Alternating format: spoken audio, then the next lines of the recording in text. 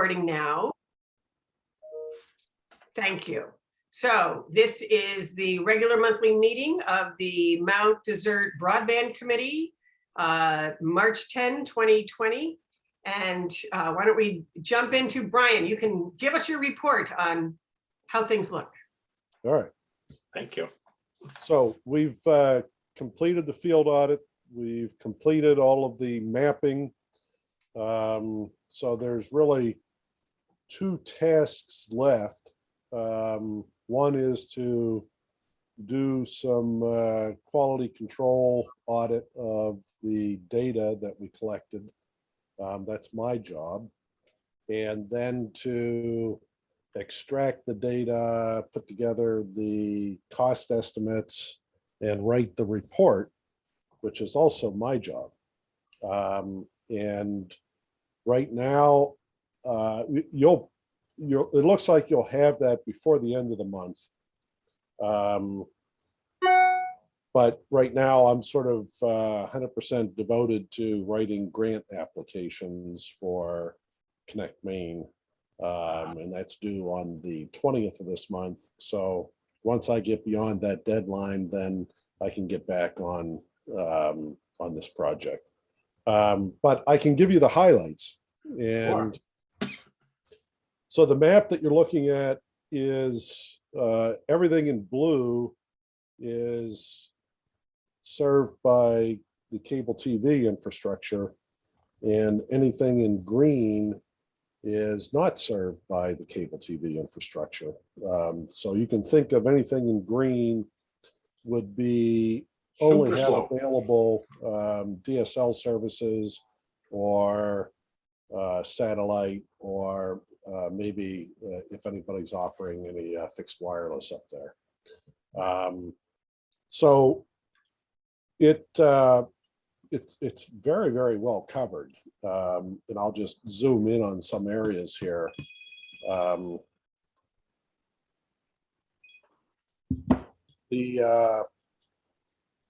couldn't tell you what this road is, but there are a couple of subscribers up here, but it's a pretty barren area.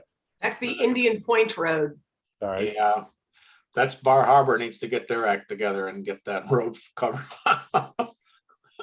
Yeah. There's a small little road down here that doesn't have it. If we look up to the north, there's a small section here. Yeah. Other small section here. And then down on the north side of Echo Lake. Yeah, that's an area really where there are a lot of year-round residents live that would be good to try to get covered if we could. Yeah. And then on the east shore of Long Pond, Right. some areas.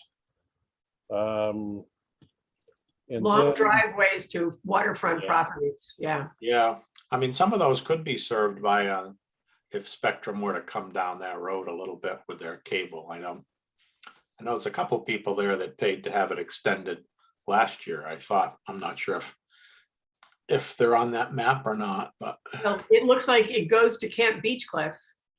yeah, Camp Beechcliff paid quite a few years ago to get the main trunk line run up there. Yeah. and then this area right here, which, what is that? Yeah. Sumansby Park. Yeah, the beginning of Sergeant Drive in through there. Yeah. Yeah.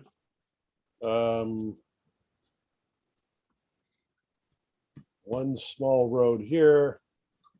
That's the water department. They would love to have high-speed internet for their water department, but they don't, unfortunately.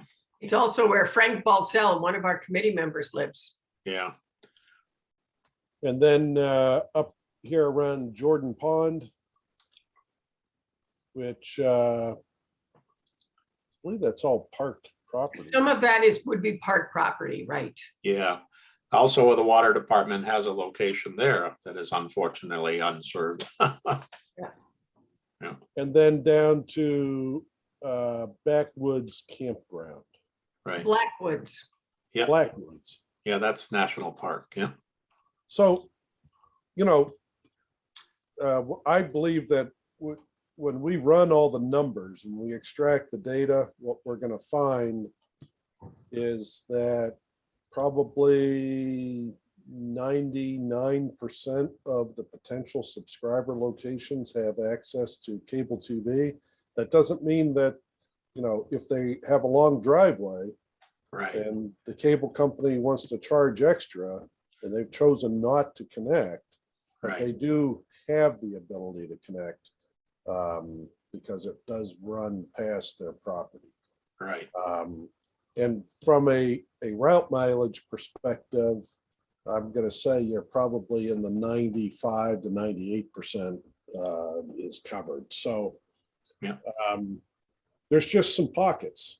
right, And so what we would do is the next step is, again, to extract all this data, give you the quantities of everything, give you an estimate of what it would take to build a fiber to the home network covering the entire town. And then typically we'll provide an estimate of what would the cost be to extend the cable TV service to all of these uncabled areas. right. Kind of like we did the last go round, yeah. Yeah, but the challenge with that is it's become very, very unpredictable Uh-huh, as to what the cost share might be. yeah, And the cable company has, every time we have a town that goes out to RFP, we see a different model coming back from them as to what Yeah. they're willing to do and what the costs are. So to put a number down, I would be making something up at this point. correct. But yeah, you know, one of our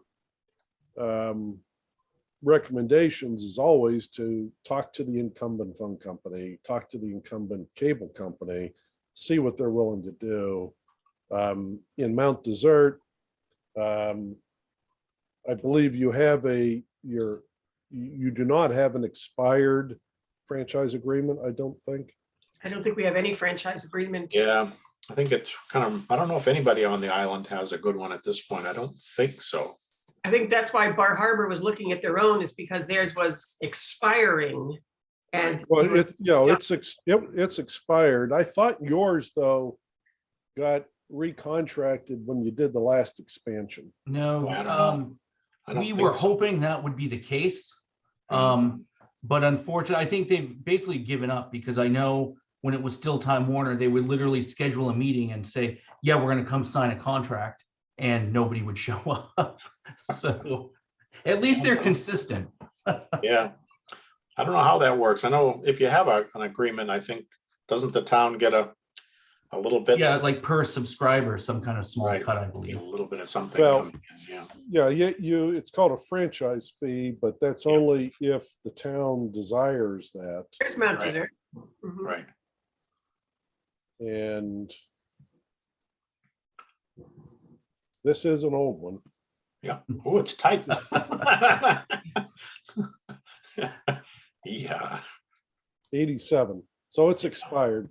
Oh, my Lord. So, you know, you could I have enter children in- younger than that, or older than that.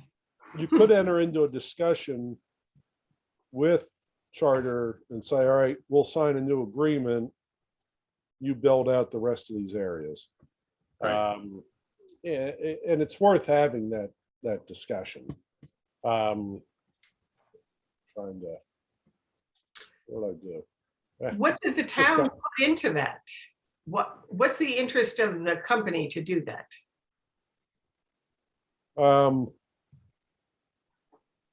If We would you- let no are- other. Are come you in? currently assessing a franchise fee? well, I don't know. believe so. I don't think we're getting anything from No. Spectrum that I know of anyway, but Yeah, because the hope was that if we could, even if it wasn't a great amount, it would help fund things like what we're doing right now. right. Right. I don't know. Do you have to have an active agreement in order to get a franchise fee? I don't, No, I- no. no. Yeah, I guess Sterling might be the, Well, one that would I'm just looking here. yeah, It would be in the agreement if you do. yeah.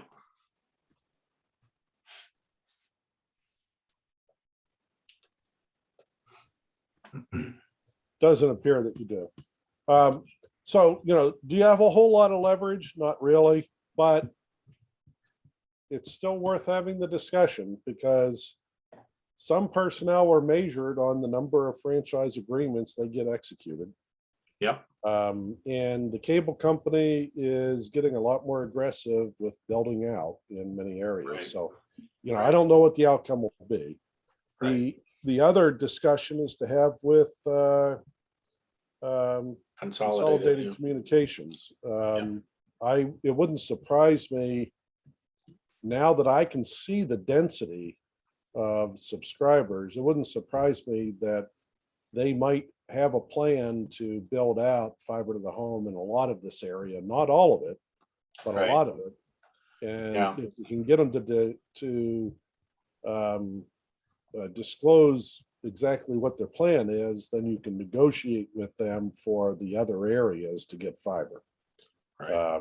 So that'll end up being the result of the study. So I sort of gave you a 5-minute snapshot of your completed study. Right. But you'll see the completed here by the end of the month. Right.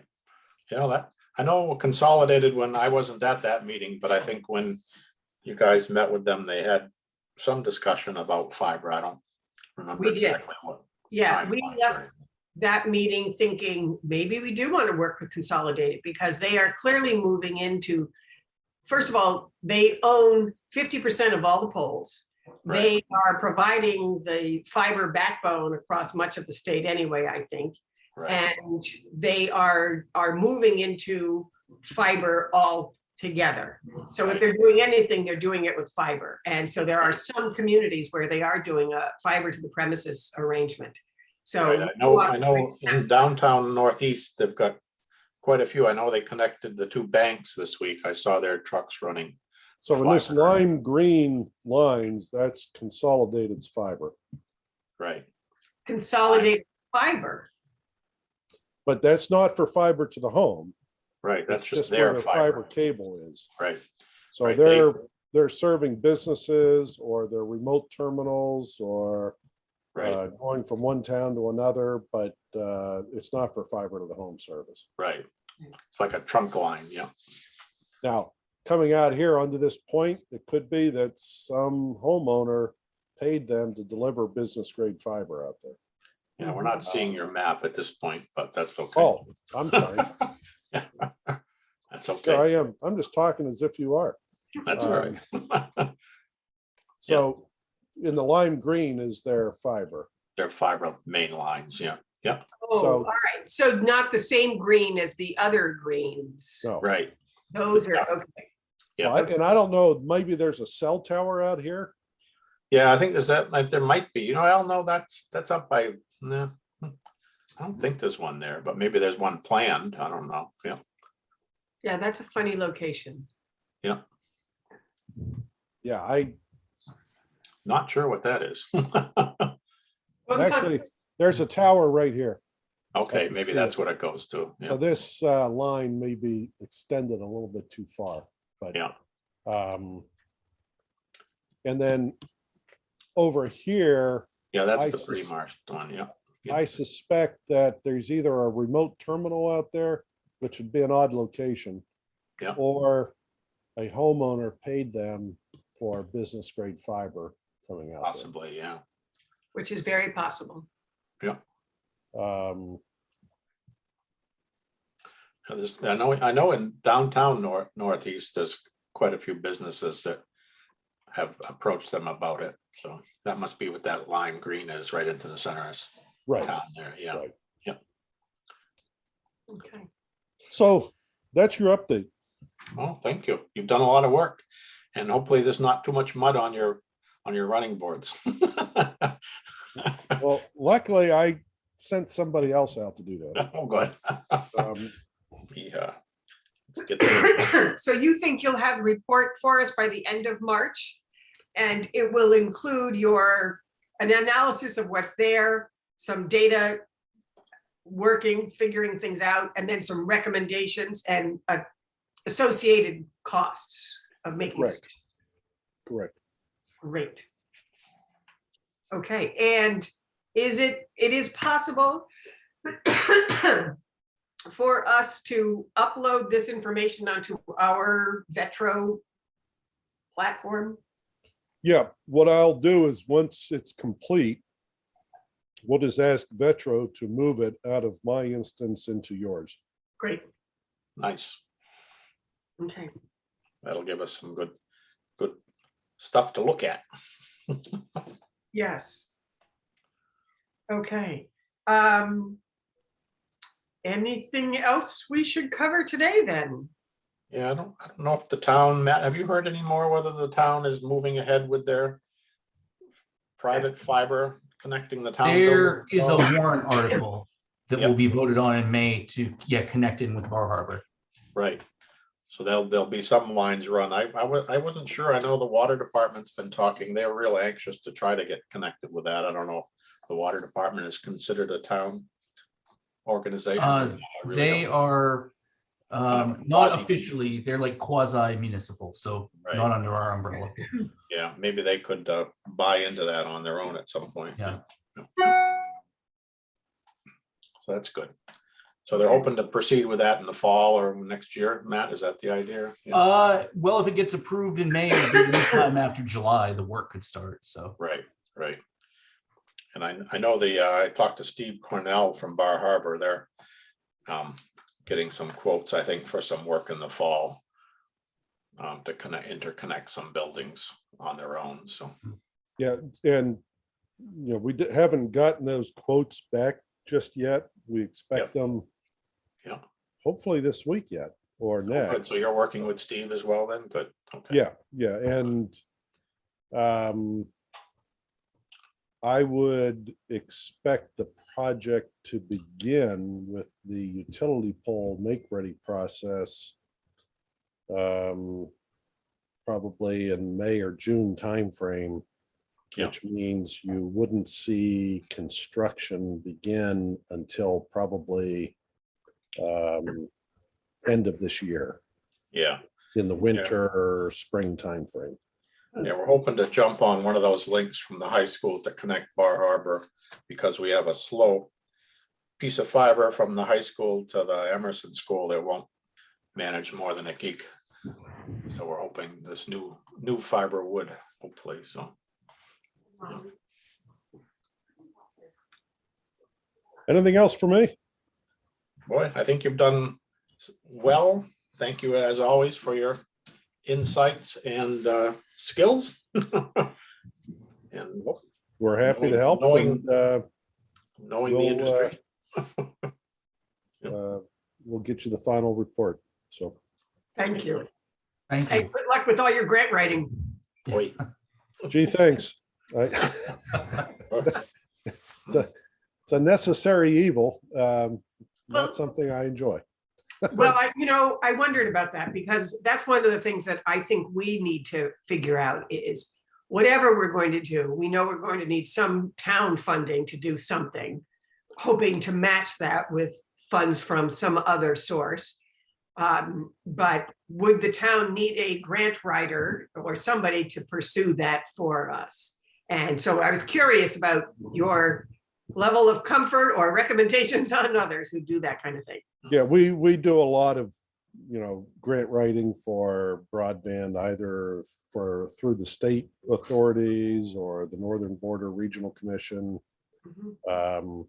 It's a process, and there's nothing real unique about it, but you have to understand all of the underlying data and so forth. So you need someone with some telecom Experience. background.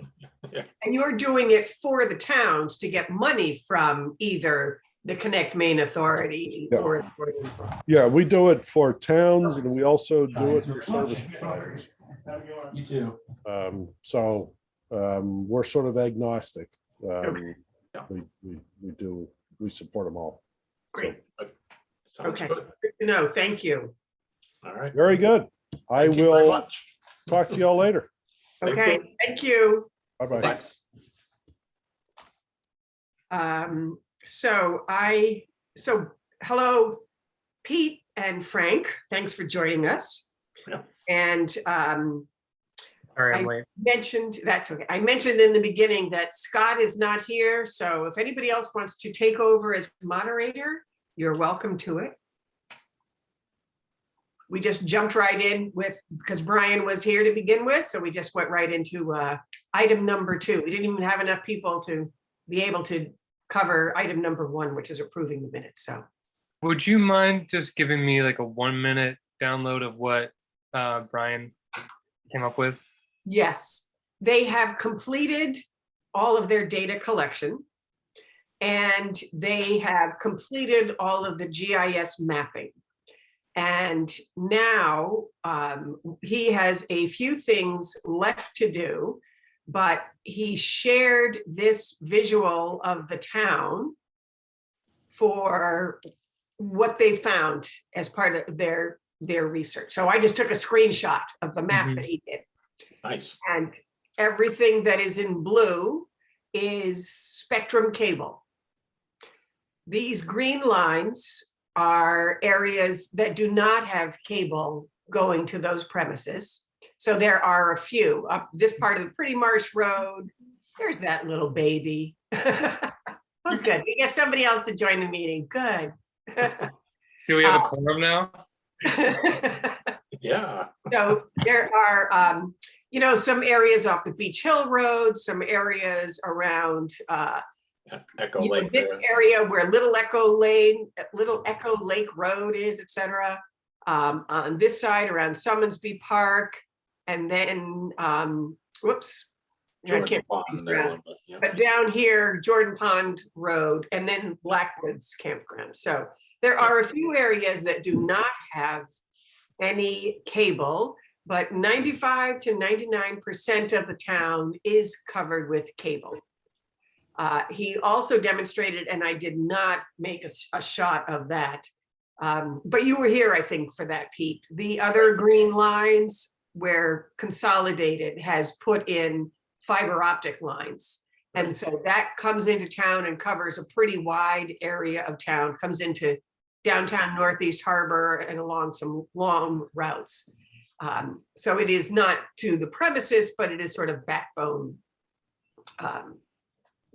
longer lengths of it. So he plans to, what he still needs to do is, let me see. So he still needs to do the validity, or he needs to validate the some of the data that they've collected. He needs to do some cost estimates based on that data, and he needs to write the report to the town, and believes that he will have that done by the end of March. Nice. So that was the quick overview. Thank you very much. Okay. Now, can we download those maps or anything? Well, he will, yes. When he is completed with it, we will have Vetro take them from his own Casco Bay instance on Vetro and import it into our instance on Vetro. So we will have that data and can zoom in and look at it in a variety of ways. So, Nice. okay. So now that we've got that, should we go back to item number 1 now that we have a quorum? And approve the minutes of the February meeting. I move so. Okay, and a second. Second? All in favor? Everybody okay? Bye. All right. Aye. Right.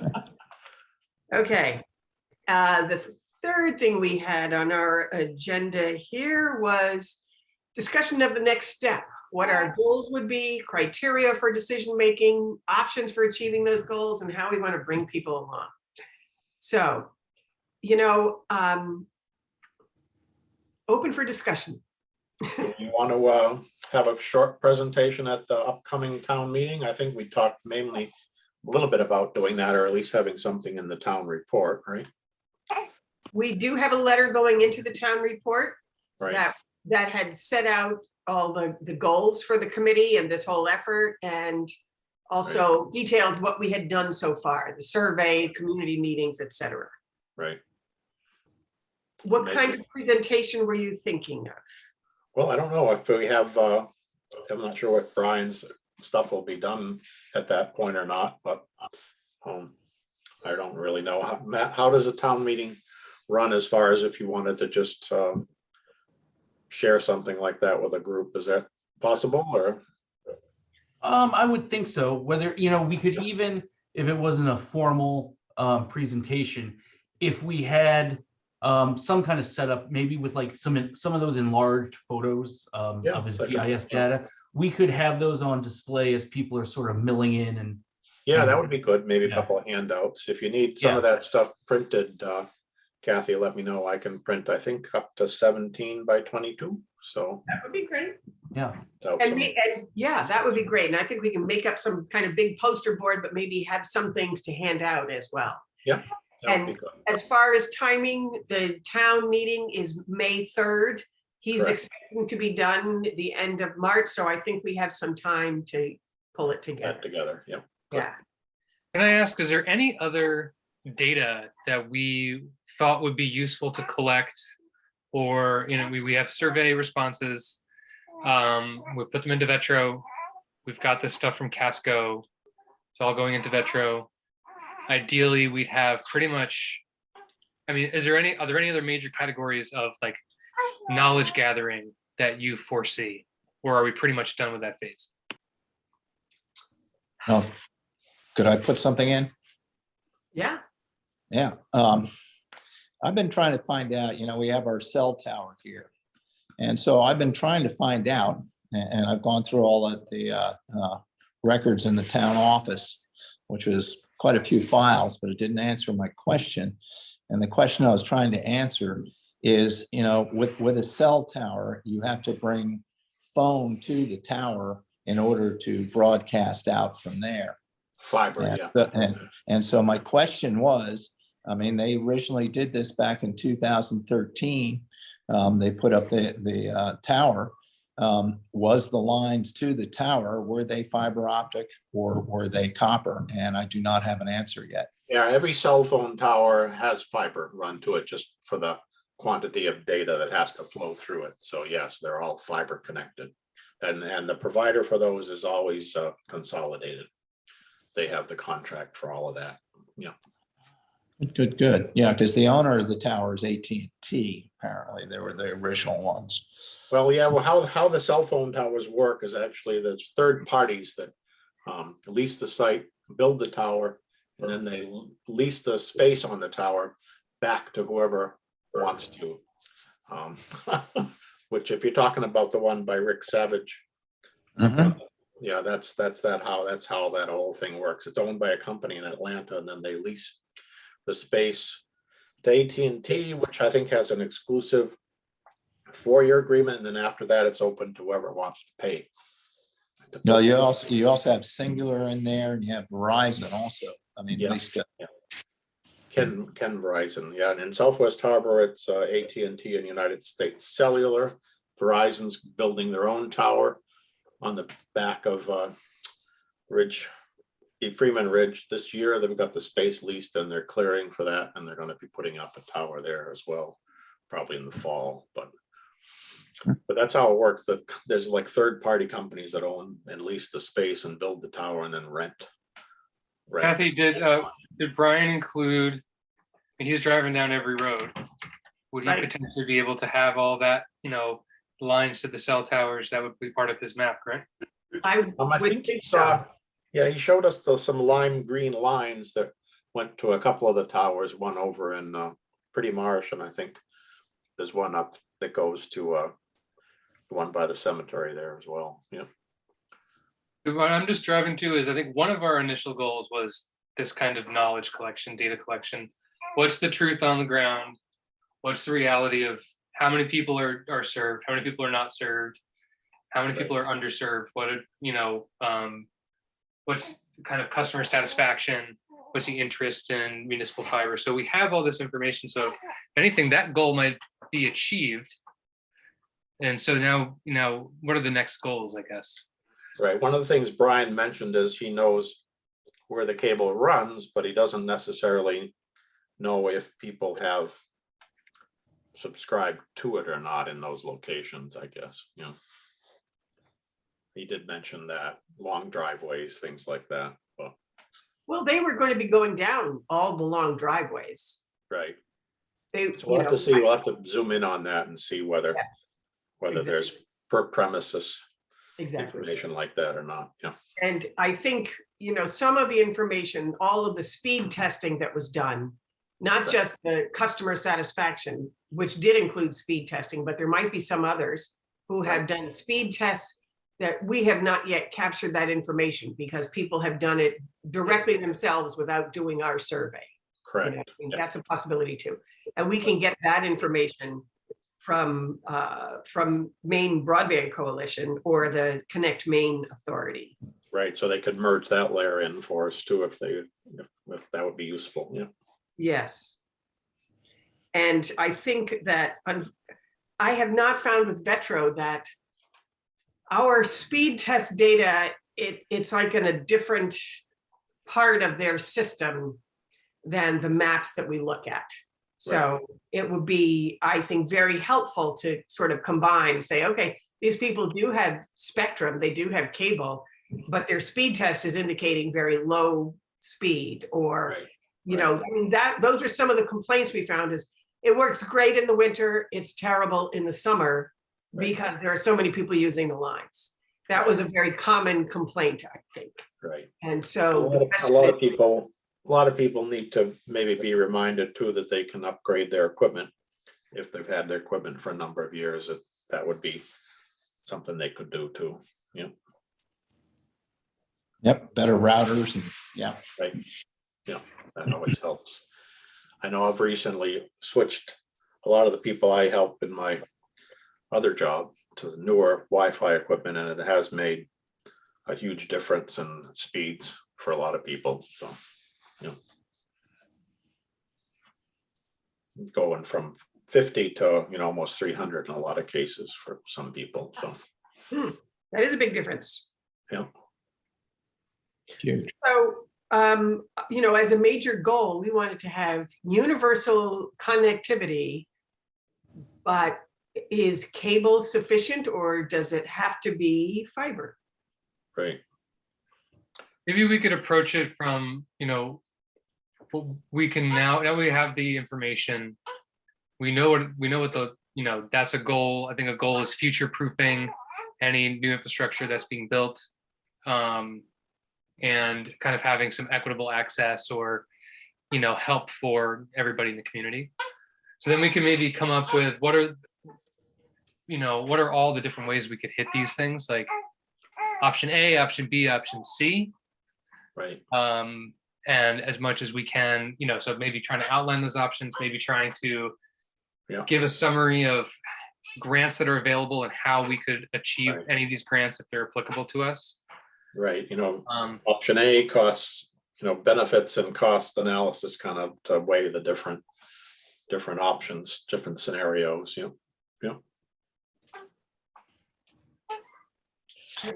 Wendell, what is your other, you said you mentioned your other job in helping people to increase their speeds with.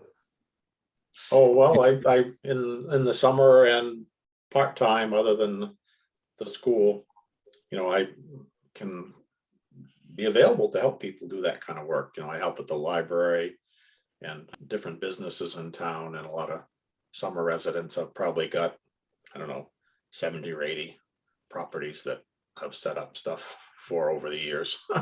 So Frank, Wendell's being very, very humble. Wendell is viewed basically as Mr. Technology in Northeast Harbor.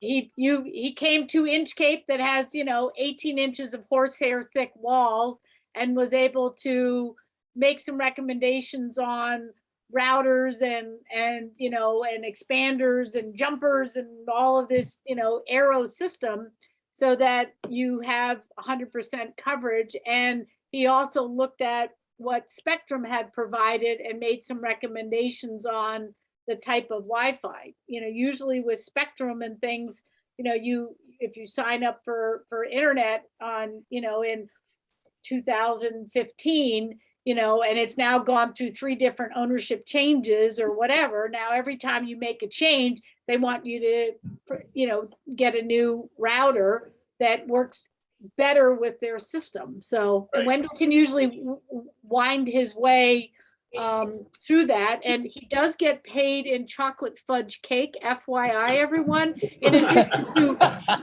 addition to other ways, but treats are most welcome.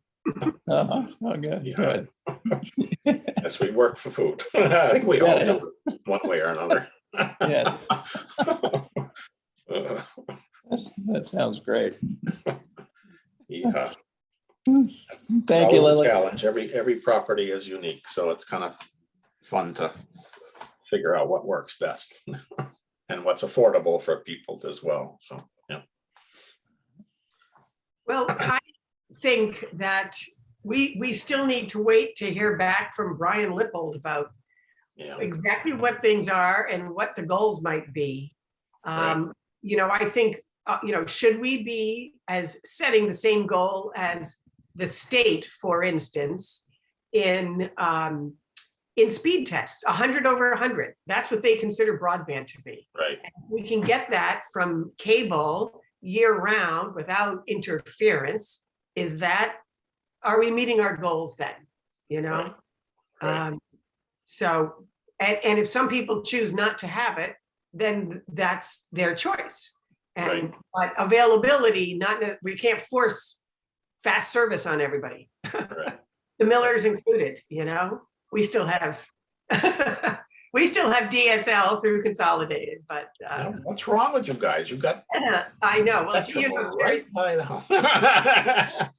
well, it didn't for a long time. It No, I- didn't, and so eventually we just had it, and it was good enough for us. But That's all right. The report yeah. is also going to include Yeah. different approaches to the build out, in terms of like, you could chase this grant, you could create like a utility, you could do like a partnership, right? I believe he said that he'd be able to give us some kind of high level recommendations on that side. Correct. Yes.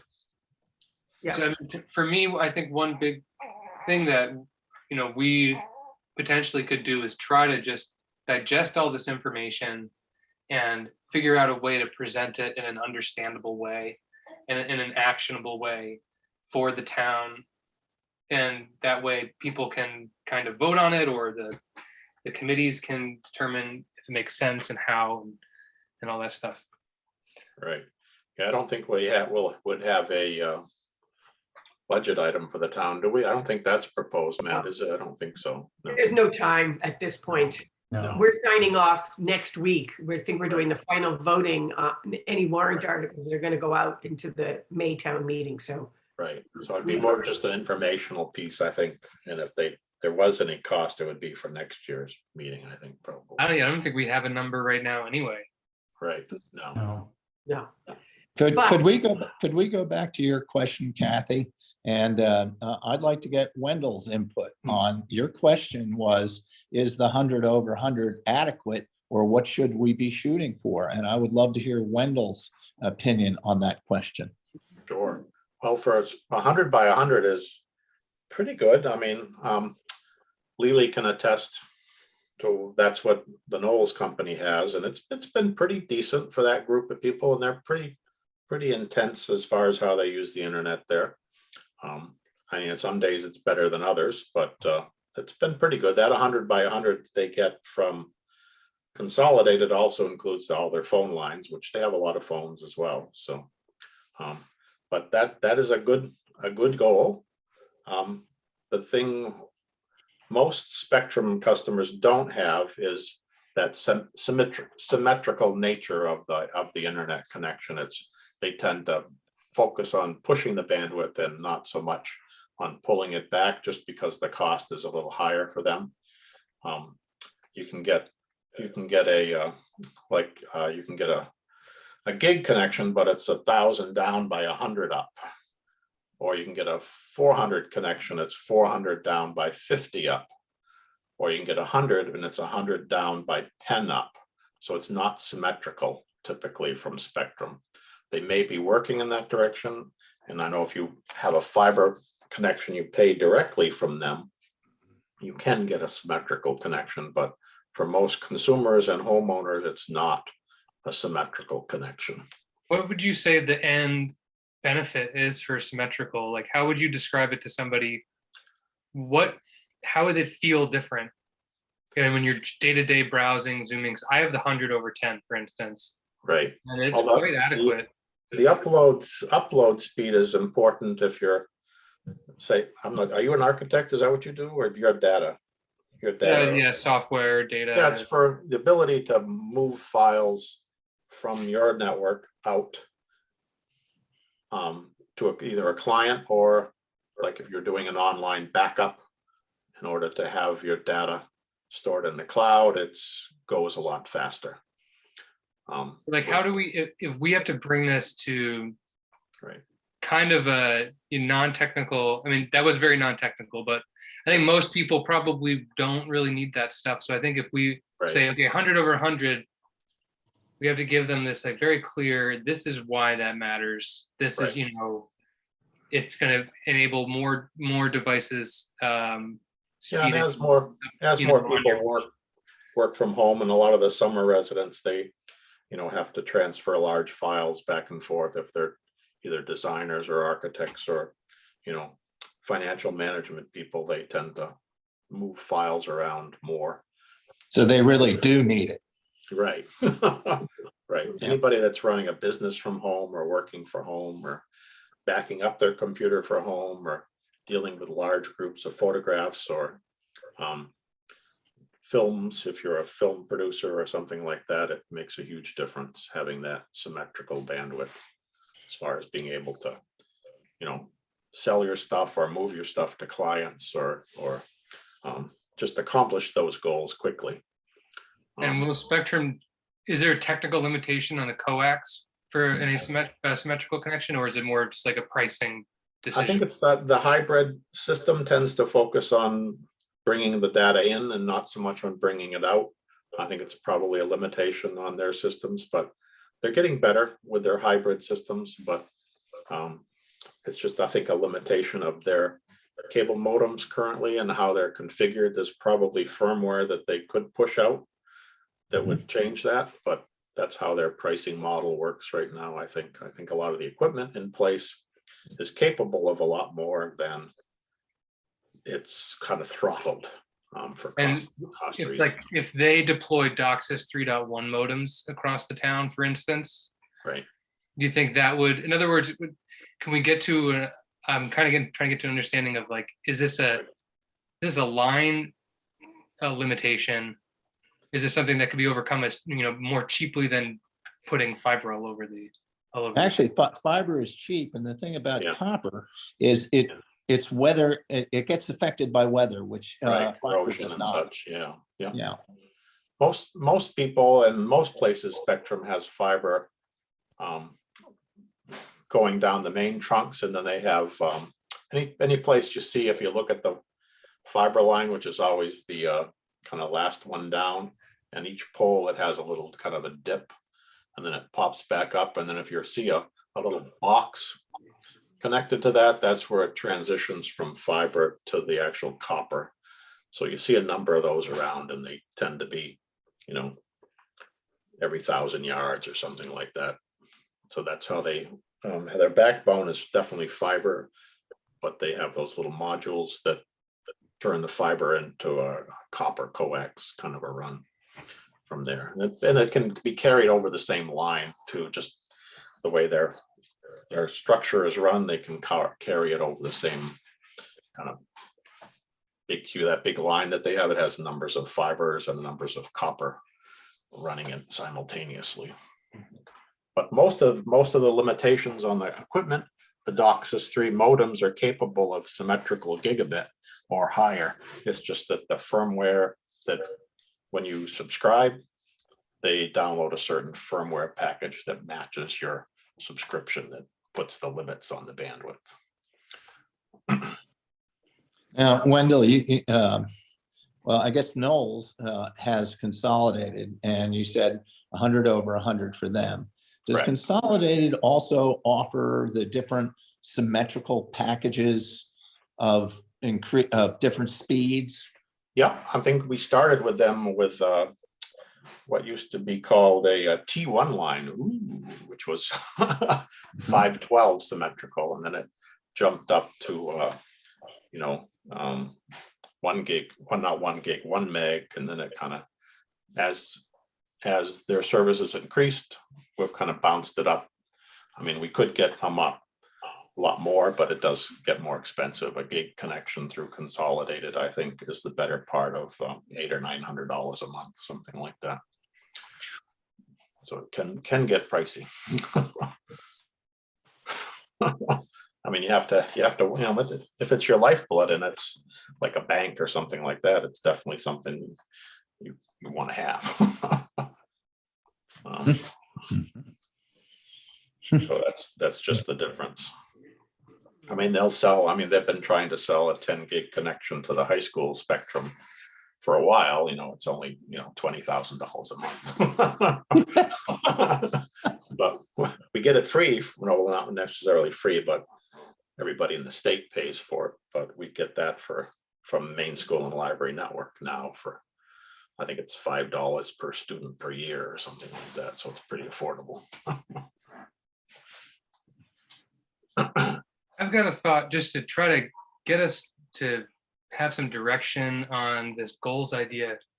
I think there's a difference between saying a goal of the committee is, we have universal access to the town, versus a goal would be we're delivering a set of recommendations or we're delivering some information. Because the first feels a little bit more like a guiding principle of what we're trying to do, but it's not something that us as a committee will ever be able to achieve. Right? So maybe we should try to identify things that the committee will be able to deliver separate from the guiding principles that we're trying to get to with these deliveries. Does that make sense? Do you think that would help thinking about it like that? I think it takes into consideration how this committee is structured and what our abilities are, which is only an advisory committee. We are actually, I think, under the Town Economic Development Committee. So we can come up with some recommendations and including some options, as you pointed out earlier. But all we can do is make a recommendation, and some guiding things is like, if we want to do this, it's going to cost this much money. The town should pay this much. We have to raise this. We have to do that. We have to do grant writing. We need other consultants to help, the time frame, et cetera. So spelling out what the options are in a thorough enough way that people can make an informed choice. Yep. So question is, should we, as the town, go toward gigabit speeds? Is that the recommendation we want to make? Well, I think most towns that are rolling out fiber are headed in that direction. Again, I know up in Alton and a few other places, they have rolled out fiber to the premises. My daughter lives up in Alton. She had no internet, and then they went from no internet or a really poor DSL line that was like maybe 100K on a good day to a gigabit connection. They got a grant through whatever the local telephone company up there is. I forget what the name of it is, but so she has a gigabit symmetrical for work up there, and it only, I think, costs her about $60 a month. So they got a grant from Connect Maine and a few other things to have that happen, and that's allowed her to work really effectively from home. So maybe that's what we should be going for. Yeah, they had nothing, so they. That's the thing, is if you start with nothing and you're going to put something in, then you put the state of the art. You don't put in something that's 10 or 20 years old. You would put in what's the most current at the time.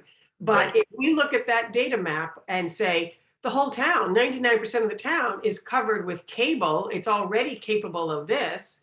Right. what more do we need to do? People just have to pay for it themselves, you know? Right. I mean, so I can see why little towns that have had nothing are now getting great quality. Cranberry Island is a good example of that. They Right. have great fiber to the premises, and they fought hard to do that. Right. Now they I I have think different. that taxing map methods. is a kind of a blessing and a curse. I was really Right. pleased to see the fact that it's just a handful of very small definable areas Right. and not just, you know, green dots all over the map where people aren't able to get it. So, you know, it would be relatively easy to address. It might not be inexpensive, but you can target specific areas. I will say it looked like there were some waterfront properties there, and I'm not sure the appetite of taxpayers to fund projects for that. Right.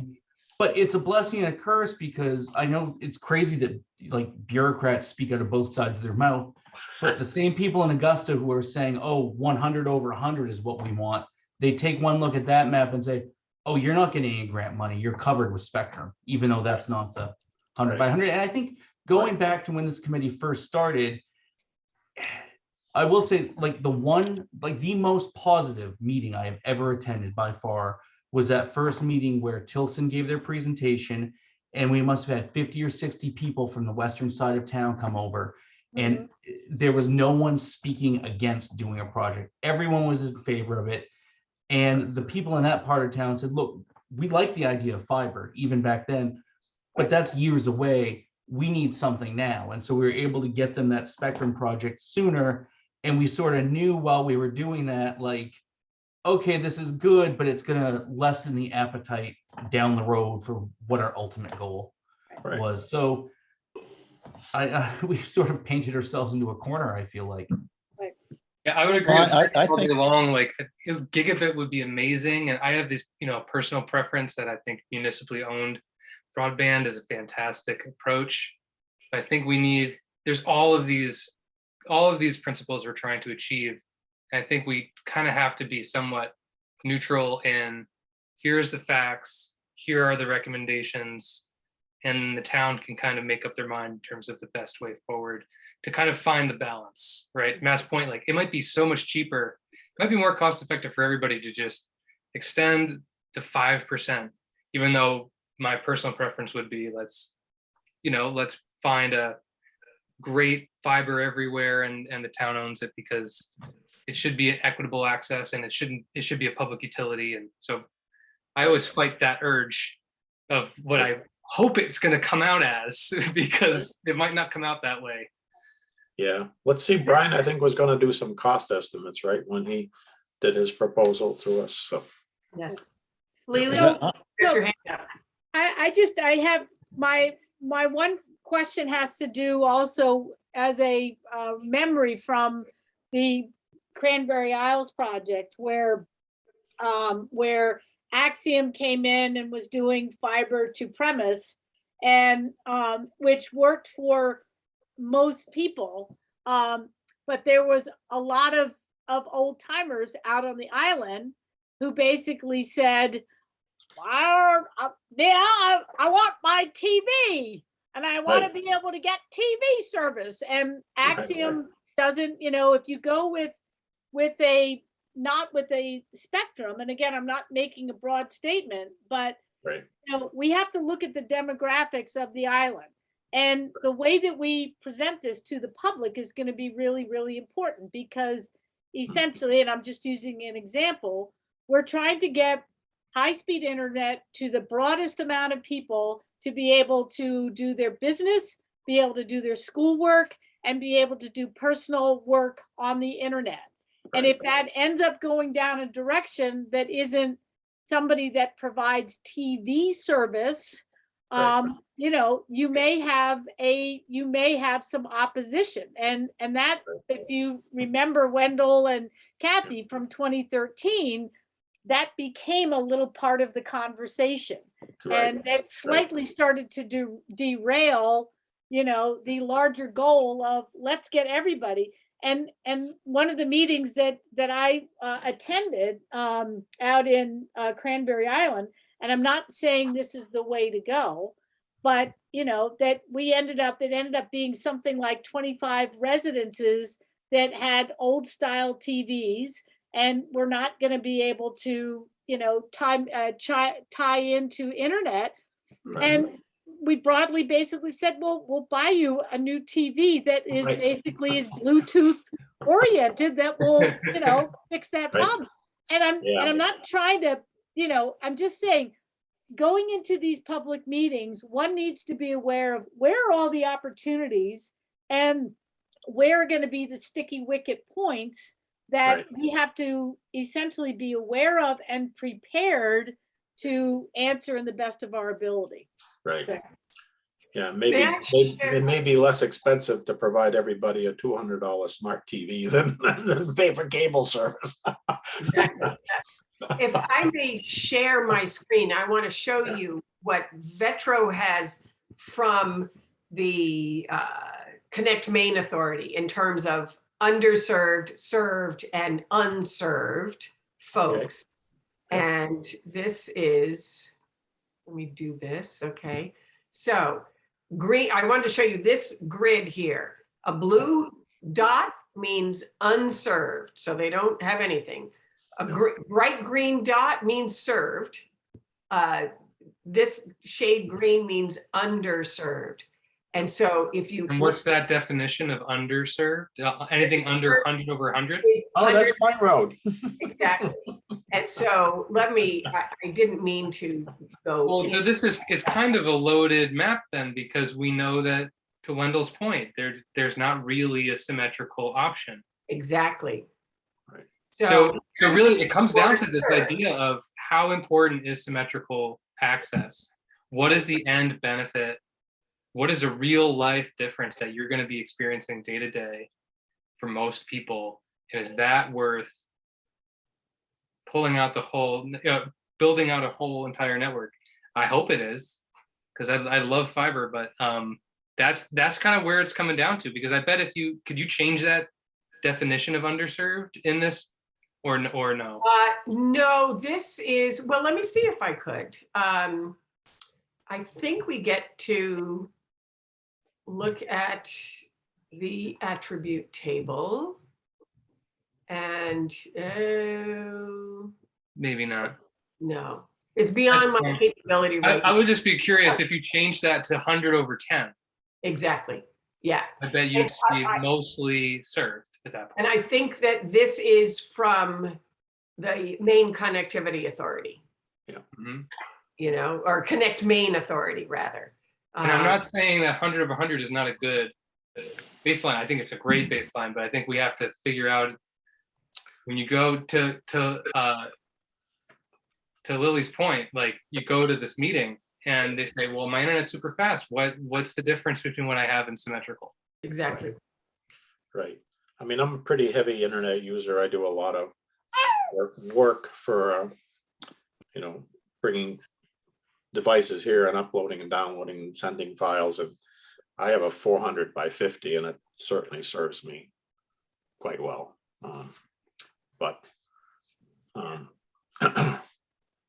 If we were in Silicon Valley and everybody in town had a business that was right, you'd need it. doing a ton of work, Right. what I would be curious about some of our retail businesses. If people are doing online shopping, what kinds of levels do they need to make sure that they have a seamless Yeah. I event? know a couple of the businesses I've helped in town, they've set up new Spectrum connections, and most of them have a either 100 by 10 or a 200 by 20 connection. Seems to be the most affordable price point for them. It's usually like 150 balls a month or something like that for business connection. That seems to be working for most people, but I mean, most of our businesses are pretty small. I mean, what do you guys have at the 365 there, Kathy? We have Spectrum cable, we have Cat5 cable throughout the building, Right. and Does it serve the whole? Do you have more than one connection, or is it one connection for the whole building? we have it separated out. We wired the whole building, and every tenant has their own account Okay, with Spectrum. Right. So Yep. they can use it or not use it as they see fit. Right. Everybody Right. has their own account, but it's available to them. Right. And I did some speed tests and our speeds were quite high, you know, I mean, relative to home, which was, you know, like Right. 7/2. So Right. Right. that's all good. I know you're working on it. We'll get you. But you know, Jerry's email address is neolud for That's Neo. right. Yeah. So I understand. Another thing to consider is that, I mean, maybe 100 over 100, 110 over 10 might not be sufficient in 5 years or 10 years. Right. Right. So Right. if we, you know, I think there's another guiding principle here of any new development or any investment should be future looking. Correct. And so hopefully we can find out of the Casco report, if one of those options is stick with what you've got, expand with what you have. If the expansion can be done in a future looking way, then we're not investing in outdated technology, but we're still able to leverage what we have now. And then maybe in 10 years, price of fiber is even lower. But the thing is, it sounds like there might be some complexities dealing with incumbents and trying to have them build out a network in the way you'd like. Right. So I think, you know, these are all things that we'd want to weigh. Right. Well, I think we're going to, I mean, we're going to be making a recommendation. So is our recommendation, I mean, one of the things is Connect Maine. The government is going to be putting forth monies to improve broadband. And so is our recommendation going to be to try to get some of these grants? And if so, at what level? Right. I'm gonna actually step out for another meeting, lucky me. But I just want to say thank you to everyone. I'm looking forward to our next meeting because it sounds like we'll have a copy of Brian's report to go over, which should be Yeah. exciting. Yeah. So I'll see everyone later. Thank you.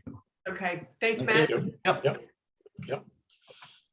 Yeah, and different providers like Consolidated and Spectrum, I'm sure have plans going forward as well that we may or may not know.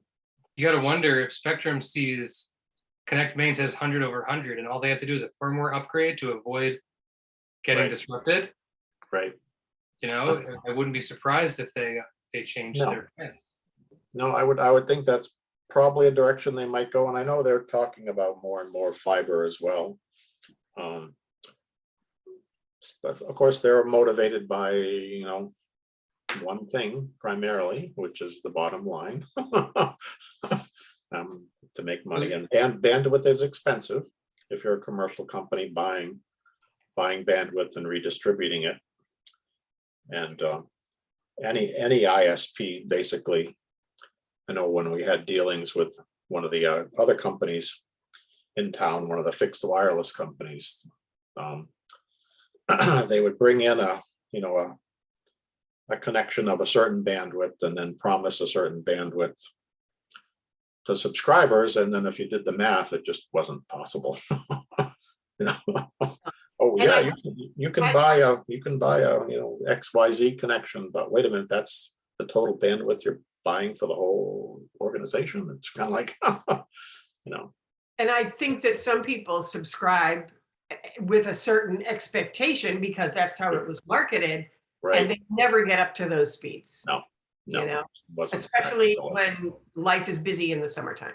Correct. So, So to expand on Frank's point, I think, you know, when we're trying to present information, we need to be able to explain these technology details. We need to, like, differences between the types of connections. We need to explain the grants that are available, because it's a total mess. I mean, there's a grant from the county. There's probably some state money. There's different kinds of state money. Then Right. there's also like a couple different federal grants. And so I think if I was just voting without knowing anything else, I'd want to say, is there like an opportunity to get this subsidized? Then we might as well act on it. So that might tip the scales, where it's like, okay, it would have made sense to stay the course with Spectrum, except the fact that there's, you know, $5 million coming to our town if we do this. So I think I'm hoping that Casco, if Brian will be able to help explain a lot of this for us, and then we can kind of package it up in a really nice, simple way. We say, boom, boom, boom, here's all of our, you know, super simple, to the point. this is what this type of internet connection will do for you. This is the type of money that we could get for it, and this is how much it would cost the town. Here are the benefits. Or here's maybe plan B, where we do this other approach, and here are the pros and cons. Right. But the grant's going to be a huge part, definitely. Yeah, and I think that whatever we do, whatever grants we get, we're gonna have to, as a town, put some money in ourselves. And that means we're gonna need to appeal to the town to approve that funding. And we need to make it crystal clear what the benefit is gonna be to them. Right. And a part of that is that digital equity, inclusion, and digital literacy. How are you connecting now? What are the possibilities for you that you don't even know exist? Correct. And sometimes that's bringing people along. And I know that there are, the adult ed program has some literacy, digital literacy, computer access programs out there. Kate St. Dennis is doing most of those, which is nice. Yeah. And I think that, maybe we should tap into and or promote those classes that are happening from that National Digital Equity Center as well. Right. Is there some role for us to play in all of that? Yeah. Either as just amplifying messages out there from others, or do we want to be more organized and deliberate about outreach to people? If we're only reaching people through digital means, we're missing the very market that we need to bring along. So how do we do that? We can broadcast on our various websites and emails and everything else, but if somebody doesn't engage with that, they don't know that they could be having face-to-face meetings with grandchildren across the country, and how to make that happen, So how do we bring all of those folks in? We mentioned exactly that. And demonstrate it. And sometimes demonstrate it in their own home or at the library or something else. And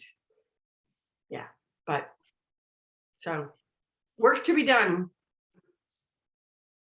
I remember when, Just got to make a call. I'll be back. Okay. when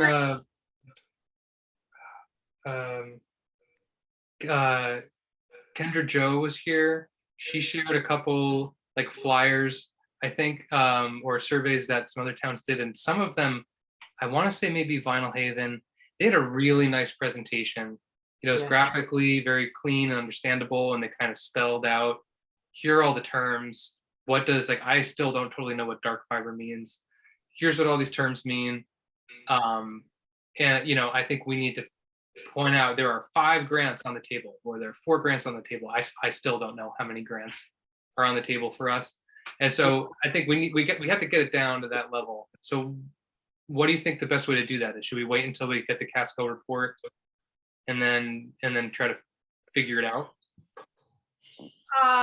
Probably a good idea to figure out what it is we want to shoot for and then how to go about it. And if I may, I'm just going to show you, although not everybody looks at this the same way, but I want to show you one more thing. I have in Dropbox collected a bunch of things. So here's our folder for Dropbox: Broadband, Mount Desert, and Island Institute, other community plans. Here are 4 different. Oh yeah, it's the last one, the campaign. Yep. Exactly. So this is something we can all take a look at, and I believe the whole committee has access to this. But you just spacebar. Could you preview that bigger, if you don't mind? I can open it. The Vinyl Haven. Even better. Commit to opening the file. I can do that. So.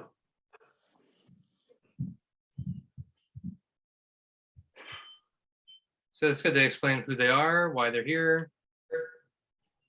And then I believe they had some, see, I think this is just fantastic. Right. Because it really starts to lay out what are all the levers we can pull in the different directions, right? Here are the different business models. Here are our grant options. Here are our connection options. Here are the problems we're trying to solve. And then based on all this information, either we have one recommendation or maybe we have 2 or 3 if there's not a clear winner. And then at that point, that's kind of what we came here to do, right? Yeah, could we do a mailing out to people before the annual meeting? Is that possible? I If we don't think put we something wanna do together it. like this? I don't think we want to do it for this town meeting. I think that we can have information available there, but between the end of March and the town meeting, I don't know that there's time, and I don't know that we have the money to do that. But we should plan on it for, we should keep working towards that goal of making sure that everybody has what they need, information wise. And it might be a postcard, it might be a flyer, it might be something that goes out with the July tax bill, which every property owner gets. So an insert in that would make good sense because there's already a mailing going out. And so we can take advantage of something that's going out to every property owner. It doesn't include every resident, because if you don't own property, you're not getting a tax bill, right? But it's an opportunity where there's a broad mailing going out, biggest coverage. So that might be a good option. And that would be July, which would give us more time to formulate what it is we want to do. What would we recommend and how would we lay out this public information? Yeah, I mean, I think this kind of brochure informative thing is really powerful. I think that would be great. Because then we could give all the background and then people have the context of how we came to this decision. Or how or why we're presenting 3 options, because there might not be a clear winner. Yes, exactly. I wonder if they would be okay with us like lifting a lot of this information because it's like already laid out in such a useful way.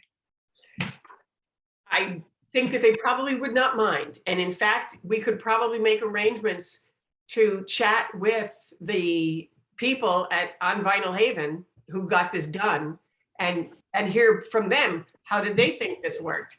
If they were to do it again, what would they change? Would we mind if we copied them? Because, we can change the colors and fonts and everything else, make it look a little different, but they've got a lot of basic information covered in there, so. Yeah, and I don't like, we could even do one better. We could put in the grant information. They don't necessarily see that here.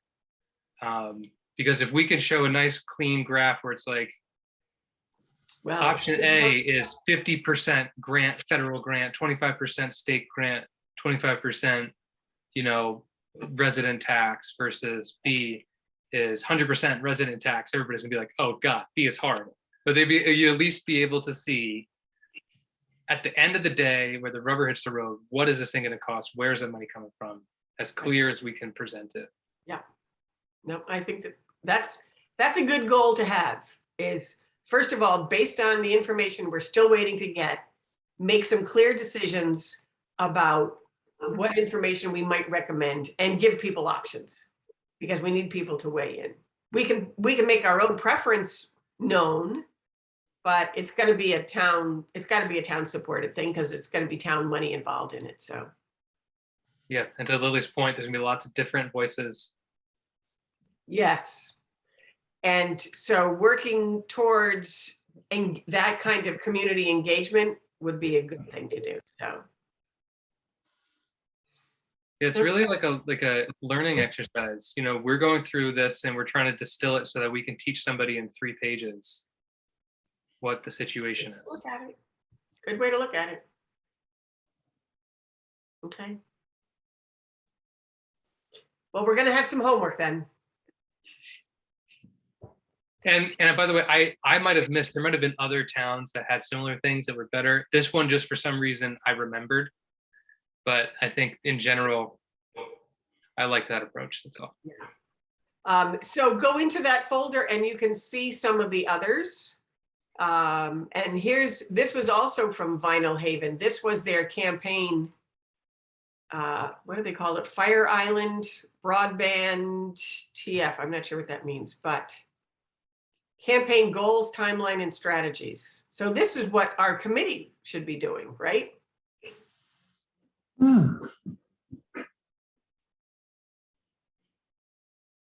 So we have good models to look at. So I would encourage you to go to those folders and see what's out there and figure out how are we going to do our own work better. Awesome.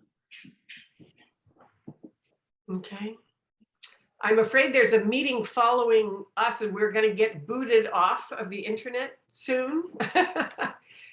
Is there any other business we should, I'm going to stop sharing. Is there any other business we should go through today? Yep, and the boy's asleep, so I think we're good. Oh, good. We bored him to death. We're him to sleep. That's cute. Perfect. It's true. Yeah. Sounds good. Well, share with me a couple of those maps once we get them and I'll print them out for the town meeting and we can do that. Okay. All right, let me go back and look at our agenda and see if there's anything else we need to cover. So we did approve the minutes. We did get an update from Casco Bay. We did discuss next step for any other such business maybe properly come before this meeting. Anything anybody else wants to weigh in on? I think we're good. Okay. Thank you all for your time.